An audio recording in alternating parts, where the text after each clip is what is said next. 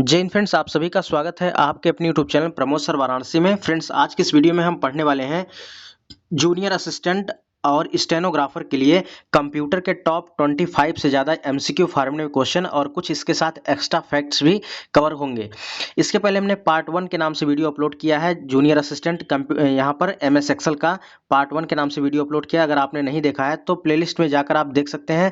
Computer का हमने अलग से प्लेलिस्ट बना दिया है और डेली आपको टॉप 25 प्रश्न या टॉप 20 प्रश्न मिल रहे हैं, तो आप 1 बाय 1 करके प्लेलिस्ट में जाकर वीडियो देख सकते हैं। फ्रेंड्स, बता दें, अगर आप चैनल पर पहली बार विजिट कर रहे हैं तो चैनल को जरूर सब्सक्राइब करें, क्योंकि जूनियर असिस्टेंट और कनिष्ठ सहायक की तैयारी बिल्कुल टॉपिक वाइज करवाई जा रही है और रात 8:30 बजे में यहाँ पर आपको लाइव टेस्ट देना होता है। तो आप अगर पहली बार आए हैं तो आज रात लाइव टेस्ट में आप जुड़ सकते हैं। ठीक है, डेली लाइव टेस्ट होता है तो उसमें आप जुड़ सकते हैं। चलिए, यहाँ पर हम एमएस एक्सेल से पार्ट 2 का वीडियो यहाँ पर कवर करने वाले हैं। तो सबसे पहला प्रश्न है, सबसे पहला क्वेश्चन यहाँ पर है कि एमएस एक्सेल किस कंपनी के द्वारा विकसित किया गया था। बात करते हैं सबसे पहले क्वेश्चन की, तो एमएस एक्सेल किस कंपनी के द्वारा विकसित किया गया था। तो एमएस एक्सेल माइक्रोसॉफ्ट कंपनी के द्वारा विकसित किया गया था। सही उत्तर होगा ऑप्शन नंबर ए। बात करते हैं, यहाँ पर माइक्रोसॉफ्ट की बात आई है तो माइक्रोसॉफ्ट के बारे में थोड़ा सा व्यू देख लेते हैं। इसकी स्थापना कब हुई? इसकी स्थापना 4 अप्रैल 1975 में हुई थी। कब हुई थी? 4 अप्रैल 1975 में इसकी स्थापना हुई। किसके द्वारा इसकी स्थापना की गई? तो यहाँ पर बिल गेट्स और पॉल एलन के द्वारा माइक्रोसॉफ्ट की स्थापना की गई। बात करें हेडक्वार्टर, कई बार पूछा है हेडक्वार्टर कहाँ पर है। हेडक्वार्टर इसका यूएसए में है। कहाँ पर है? संयुक्त राज्य America, United states of America में माइक्रोसॉफ्ट का हेडक्वार्टर है। चलिए, यहाँ पर बात करते हैं अगले क्वेश्चन पे। अगला क्वेश्चन है, एक्सेल किस प्रकार का सॉफ्टवेयर है। ठीक है, सबसे पहला प्रश्न है एक्सेल किस प्रकार का सॉफ्टवेयर है। तो यह एक वर्ड प्रोसेसर है। क्या है? वर्ड प्रोसेसर है। राइट आंसर हो जाएगा ऑप्शन नंबर यहाँ पर ए हो जाएगा, वर्ड प्रोसेसर। अगला प्रश्न है, एक्सेल में डेटा को किस रूप में प्रदर्शित किया जाता है। एक्सेल में जो डेटा होता है इसको किस रूप में प्रदर्शित करते हैं। एक्सेल में जो डेटा होता है इसको टेबल के फॉर्मेट में प्रदर्शित किया जाता है। क्या करते हैं? टेबल के फॉर्मेट में प्रदर्शित करते हैं और जो बीच वाला हिस्सा होता है यही आपका सेल होता है। तो लेकिन यहाँ पर पूछा है डेटा को किस रूप में प्रदर्शित किया जाता है, तो यह टेबल के रूप में प्रदर्शित किया जाता है। अब देखिए, बात है यहाँ पर एक्सेल की, तो एक्सेल क्या है। तो एमएस एक्सेल जो होता है एक स्प्रेडशीट प्रोग्राम है जिसकी रचना जो है माइक्रोसॉफ्ट में माइक्रोसॉफ्ट विंडोज और मैक ओएस के लिए की गई थी। याद रखिएगा, इंपॉर्टेंट है। अगला प्रश्न है कि एमएस एक्सेल यूजर टेक्स्ट क्या है। तो एमएस एक्सेल यूजर टेक्स्ट क्या है, तो ये आपका सेल है या फार्मूला है। ठीक है, यहाँ पर सेल है। राइट आंसर क्या होगा? ऑप्शन नंबर सी, सेल है। देखिए, अगर आपको किसी क्वेश्चन में डाउट है तो आप लोग एक बार कमेंट करके कमेंट कर दीजिएगा डाउट है। लेकिन वैसे अपने हिसाब से हमने यहाँ पर सभी क्वेश्चन का राइट आंसर लिखा है। अगर आपको लगे किसी क्वेश्चन में डाउट है तो आप लोग एक बार कमेंट जरूर कर दीजिएगा। चलिए, अगला प्रश्न है, एक्सेल में कौन सा फंक्शन सबसे अधिक उपयोग किया जाता है।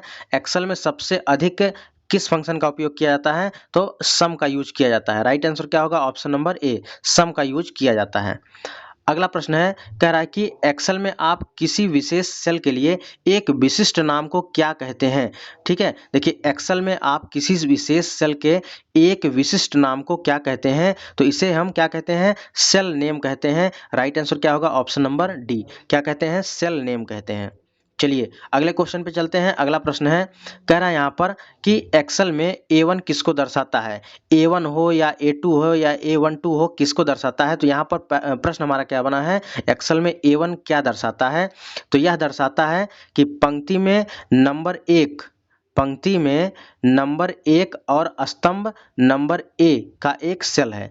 तो क्या होगा? Right answer option number A हो जाएगा। यानी जो पंक्ति होती है, पंक्ति में 1 नंबर को दर्शाता है और जो ए होता है ये आपके स्तंभ को दर्शाता है। ठीक है, किसको दर्शाता है? स्तंभ को दर्शाता है, जो ए वाला हिस्सा होता है। और जो नंबर होता है ये आपके पंक्ति को दर्शाता है। यानी यहाँ पर जो बात कर रहा है रो एंड कॉलम की बात कर रहा है। चलिए, अगला प्रश्न है, एक्सेल में पूरी पंक्ति में चुनने की जो शॉर्टकट की क्या होती है। यानी एक्सेल में अगर आप वर्क कर रहे हैं और पूरा स्प्रेडशीट ही आपको चुनना है पूरा यहाँ पर, तो किसके लिए इसका यूज कैसे करेंगे, तो कंट्रोल प्लस स्पेस से यहाँ पर अगर क्लिक करेंगे तो आपका पूरी पंक्ति जो है सिलेक्ट हो जाएगी। पूरी पंक्ति जो है सिलेक्ट हो जाएगी कंट्रोल प्लस स्पेस क्लिक करने पर। अगला प्रश्न है, एक्सेल में सेलों की रेंज के औसत की गणना के लिए किस फंक्शन का उपयोग किया जाता है? बात करें औसत की, तो औसत को क्या कहते हैं? एवरेज कहते हैं। तो यहाँ पर राइट आंसर क्या होगा?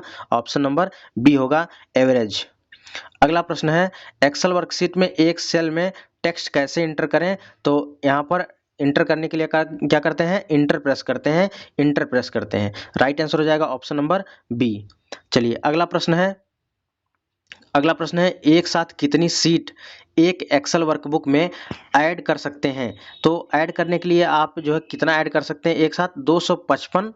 एक साथ कितनी सीट? 255 सीट जो है एक्सेल वर्कबुक में एक साथ ऐड कर सकते हैं। Right answer option number C होगा। चलिए अगला प्रश्न है, सम फंक्शन का उपयोग किसके लिए किया जाता है? तो सम फंक्शन का उपयोग नंबर जोड़ने के लिए किया जाता है। देखिए, सम का उपयोग किसके लिए किया जाता है? नंबर जोड़ने के लिए किया जाता है।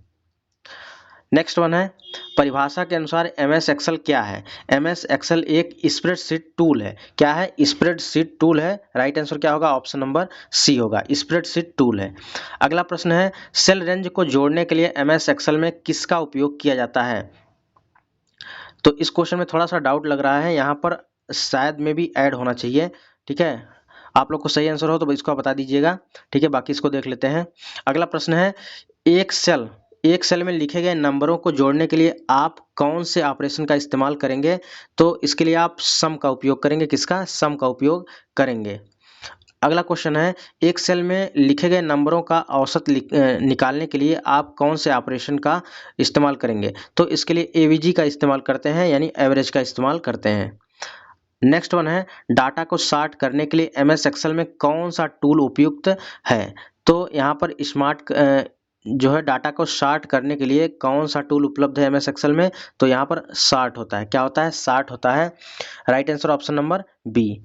अगला प्रश्न है, एमएस एक्सेल में वर्कशीट को पूर्णतया से मिटाने के लिए आप कौन सा कमांड इस्तेमाल करेंगे? तो यहाँ पर कौन सा कमांड इस्तेमाल करेंगे? यहाँ पर क्लोज। अगला प्रश्न है, एमएस एक्सेल में फंक्शन कैसे दर्ज किए जाते हैं? तो एमएस एक्सेल में अगर कुछ भी आपको करना है तो इक्वल से शुरू करते हैं। किससे? इक्वल से शुरू करें। अगर जोड़ना है तो इक्वल सम। ठीक है, क्या करते हैं? इक्वल सम। इक्वल यहाँ पर जरूरी होता है, तो right answer option number A हो जाएगा, इक्वल।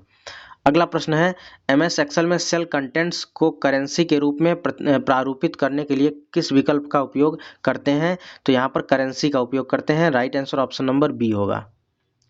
अगला क्वेश्चन है, एक्सेल वर्कबुक को सेव करने के लिए किस शॉर्टकट की का उपयोग किया जाता है? यानी सपोज दैट आप एमएस एक्सेल में वर्क कर रहे हैं, अगर आपको कोई फाइल सेव करनी है, कुछ भी सेव करना है, तो उसे कंट्रोल+S का यूज करते हैं। Right answer option number A होगा। अगला प्रश्न है, आप एक्सेल वर्कबुक में नई वर्कशीट कैसे जोड़ सकते हैं? जैसे सपोज दैट आप एमएस एक्सेल में काम कर रहे हैं, नई वर्कशीट आपको जोड़ना है, तो क्या करेंगे? वर्कशीट टैब पर राइट क्लिक करें और इंसर्ट चुनें, और इसी करने पर जो है आपका नई वर्कशीट जुड़ जाएगी। तो राइट आंसर क्या होगा? Option number C. अगला प्रश्न है, एक्सेल में सेलों की श्रेणी में उच्चतम मान ज्ञात करने के लिए किन फंक्शन का उपयोग किया जाता है? भाई उच्चतम मान ज्ञात करना है तो मैक्स का बराबर मैक्स। जैसे सपोज दैट एग्जाम्पल के रूप में यहाँ पर जैसे नंबर लिखा है और उसके बाद 10, 15, 20, 35, तो इज इक्वल टू मैक्स करेंगे तो ऑटोमेटिक 15 यहाँ पर क्लिक हो जाएगा, जिसे जो सबसे बड़ा रहेगा तो मैक्स आपका मिल जाएगा। अगर मिनिमम निकालना है तो आपके लिए मिनिमम होगा, यहाँ पर डॉट मिनिमम होगा, इज इक्वल टू मिन आपको करना पड़ेगा। अगला प्रश्न है, आप एक्सेल में किसी सेल के चारों ओर बॉर्डर कैसे लगाते हैं? तो यहाँ पर कैसे लगाते हैं? होम टैब में बॉर्डर बटन पर क्लिक करें। चलिए right answer option number C होगा। अगला प्रश्न है, आप एक्सेल में पेन को कैसे फ्रीज कर सकते हैं? तो यहाँ पर कैसे फ्रीज कर सकते हैं? तो यहाँ पर उस सेल पर क्लिक करें जहाँ आप पेन जो है फ्रीज करना चाहते हैं और फिर फ्रीज पेन चुनें। तो ऐसा करने से आपका जो है पेन को फ्रीज कर सकते हैं। चलिए अगला प्रश्न है और लास्ट प्रश्न है, माइक्रोसॉफ्ट एक्सेल वर्कबुक्स के लिए उपयोग किया जाने वाला फाइल एक्सटेंशन क्या है? तो यहाँ पर .xlsx है। क्या है? .xlsx LSX है, ये आपका माइक्रोसॉफ्ट एक्सेल का जो है फाइल एक्सटेंशन है। ठीक है, तो माइक्रोसॉफ्ट के बारे में हमने कुछ एक्स्ट्रा फैक्ट्स बताया था। कौन सा एक्स्ट्रा फैक्ट था? माइक्रोसॉफ्ट की स्थापना कब हुई? 4 अप्रैल 1975 में इसकी स्थापना हुई। और किसके द्वारा स्थापित किया गया? यह पॉल एलन और बिल गेट्स के द्वारा इसकी स्थापना की गई। और इसका हेडक्वार्टर अगर पूछे तो यूएसए में है। कहाँ पर है? यूएसए में। तो फ्रेंड्स यहाँ से हमने टॉप 25 से ज़्यादा प्रश्न जो है यहाँ पर MS एक्सेल से कवर किया। तो फ्रेंड्स अगर इसका PDF लेना चाहते हैं तो वीडियो के डिस्क्रिप्शन बॉक्स में टेलीग्राम का लिंक दिया गया है। टेलीग्राम का लिंक आप ज्वाइन कर लीजिए, वहाँ पर इसका PDF आपको थोड़ी देर बाद प्रोवाइड करा लिया जाएगा। ठीक है, तो फ्रेंड्स ये रही आज के वीडियो कैसे लगी कमेंट बॉक्स में जरूर बताएं। चैनल पर पहली बार आए हैं, चैनल को जरूर सब्सक्राइब करें। मिलते हैं नेक्स्ट वीडियो में, तब तक के लिए जय हिंद, वंदे मातरम, खुश रहिए।